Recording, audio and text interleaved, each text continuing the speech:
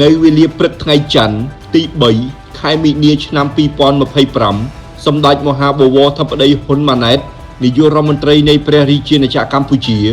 និងលោកជំទាវបណ្ឌិតពេជ្រច័ន្ទមុនីហ៊ុនម៉ាណែតបានអញ្ជើញចូលរួមថ្វាយព្រះរាជដំណើរព្រះករុណាព្រះបាទសម្ដេចព្រះបរមនាថនរោត្តមសីហមុនីព្រះមហាក្សត្រនៃព្រះរាជាណាចក្រកម្ពុជានិងសម្ដេចព្រះមហាក្សត្រីនរោត្តមមុនីនាថសីហនុព្រះវររាជមាតាជាតិខ្មែរជាទីគោរពសក្ការៈដ៏ខ្ពង់ខ្ពស់បំផុតក្នុងឱកាសស្ដេចយាងទទួលការពិនិត្យព្រះរាជសុខភាពប្រចាំឆ្នាំនៅសាធារណរដ្ឋប្រជាមានិតចិននៅវេលាព្រឹកថ្ងៃអង្គារទី4 ខែមីនាឆ្នាំ2025សម្ដេចបវរធិបតីនាយករដ្ឋមន្ត្រីបានអញ្ជើញជាអធិបតីភាពដ៏ខ្ពង់ខ្ពស់ក្នុងពិធីបើកសន្និបាតចក្ខុវិស័យប្រទេសកម្ពុជាឆ្នាំ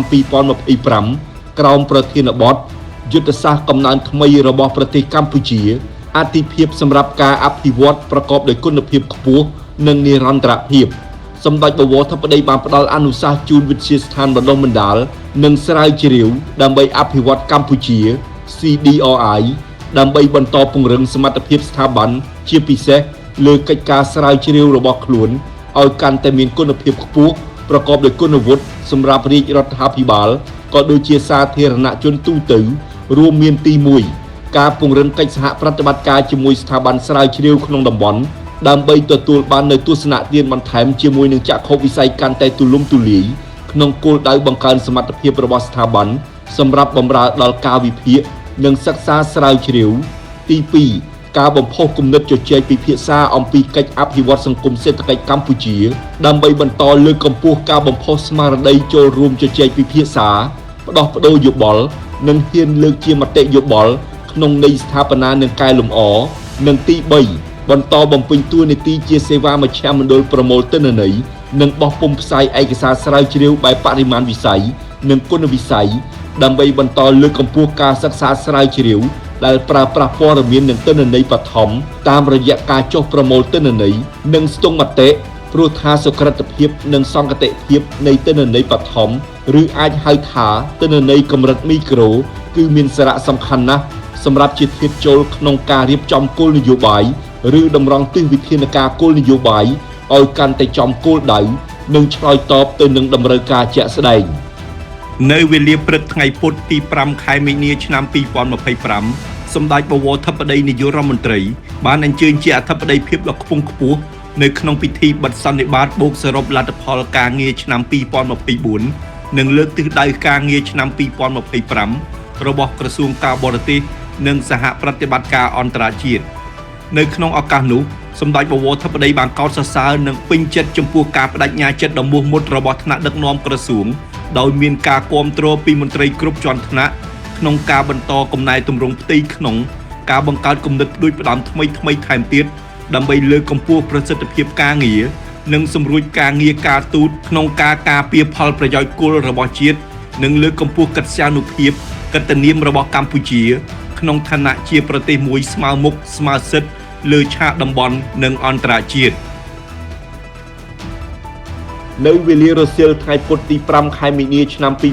2025សម្ដេចបវរធិបតីនាយករដ្ឋមន្ត្រីនិងលោកជំទាវបណ្ឌិតបានអញ្ជើញជាអធិបតីភាពដ៏ខ្ពង់ខ្ពស់ក្នុងពិធីអបអរសាទរទិវាវប្បធម៌ជាតិ3មីនាលើកទី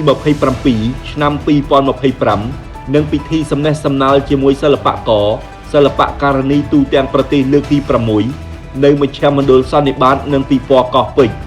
ការប្រារព្ធទិវាវប្បធម៌ជាតិជារៀងរាល់ឆ្នាំគឺជាព្រឹត្តិការណ៍ពញ្ញាអារម្មណ៍និងបំផុសឲ្យកូនខ្មែររួមគ្នាការពារថែរក្សានិងលើកស្ទួយវប្បធម៌ប្រពៃណីជាតិក្នុងស្មារតីរួមទាំងអស់គ្នាដើម្បីវប្បធម៌ជាតិដើម្បីទាំងអស់គ្នាហេតុនេះហើយទើបរាជរដ្ឋាភិបាលបន្តប្រារព្ធទិវាវប្បធម៌ជាតិក្រោមប្រធានបទតែមួយគឺយុវជនដើម្បីវប្បធម៌ជាតិក្នុងរយៈពេល10ឆ្នាំនេះ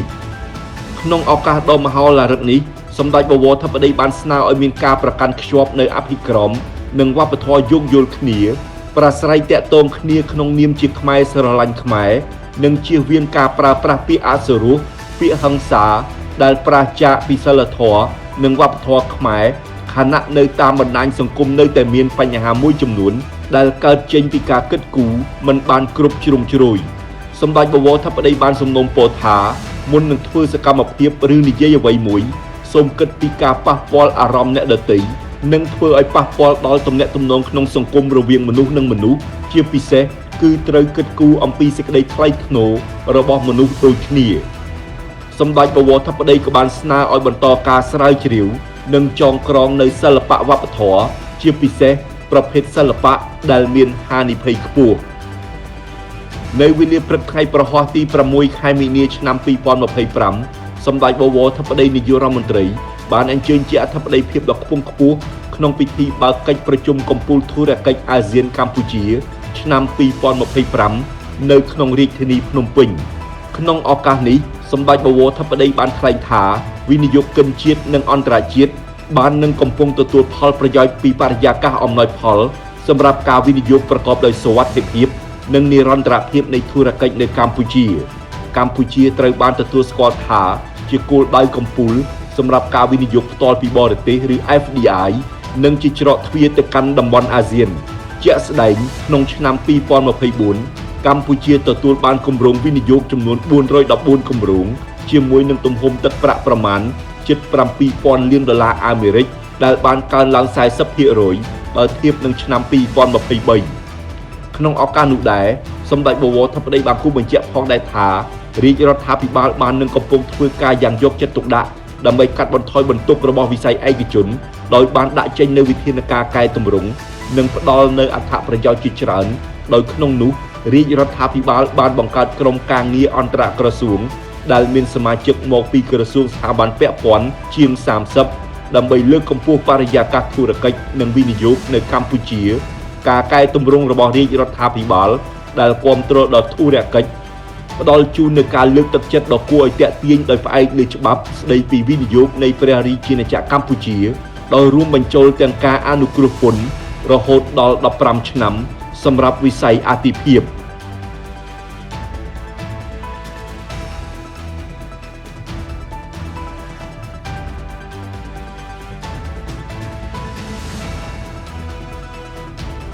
នៅវេលារសៀលថ្ងៃទី6ខែមីនាឆ្នាំ2025សម្ដេចបវរធិបតីនាយករដ្ឋមន្ត្រីបានអនុញ្ញាតឲ្យឯកឧត្តមខៅឆាយប្រធានសហព័ន្ធកីឡាប្រដាល់គុនខ្មែរនិងសហការីជាថ្នាក់ដឹកនាំសហព័ន្ធចូលជួបសម្ដែងការគួរសមនៅវិមានសន្តិភាព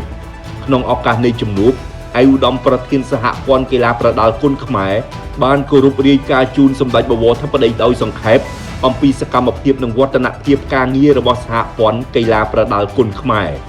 បច្ចុប្បន្នសហព័ន្ធកីឡាប្រដាល់គុនខ្មែរកំពុងផ្ដោតការយកចិត្តទុកដាក់លើការផ្សព្វផ្សាយ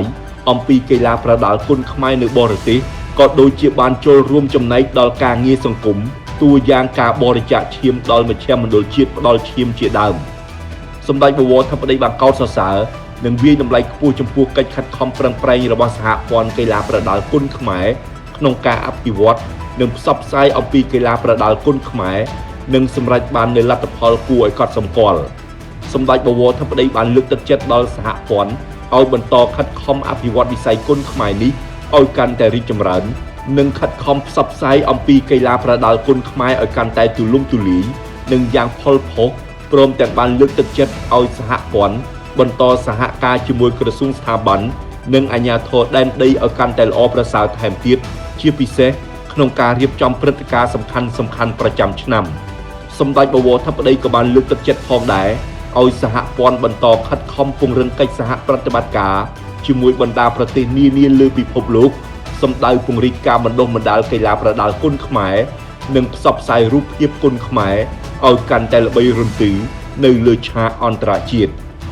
នៅវេលារសៀលថ្ងៃប្រហោះទី6ខែមីនាឆ្នាំ2025សម្ដេចបវរធិបតីនាយករដ្ឋមន្ត្រីបានជួបជជែកលេងជាមួយលោកផនផល្លាប្រធានមណ្ឌលមេឈើនិងបានថ្លែងនូវសេចក្តីរំភើបស្ញប់ស្ញែងនិងកោតសរសើរចំពោះទឹកចិត្តព្រមទាំងការតស៊ូក្នុងជីវិតរបស់លោកផនផល្លា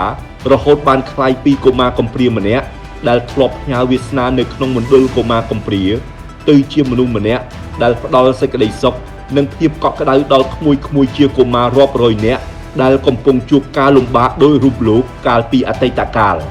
សម្ដេចបវរធិបតីបានជូនលិខិតសរសើរជូនលោកផនផល្លានិងបានជូនពរលោក សូមទទួលជោគជ័យបន្តទៀតក្នុងកិច្ចការងារមនុស្សធម៌នេះ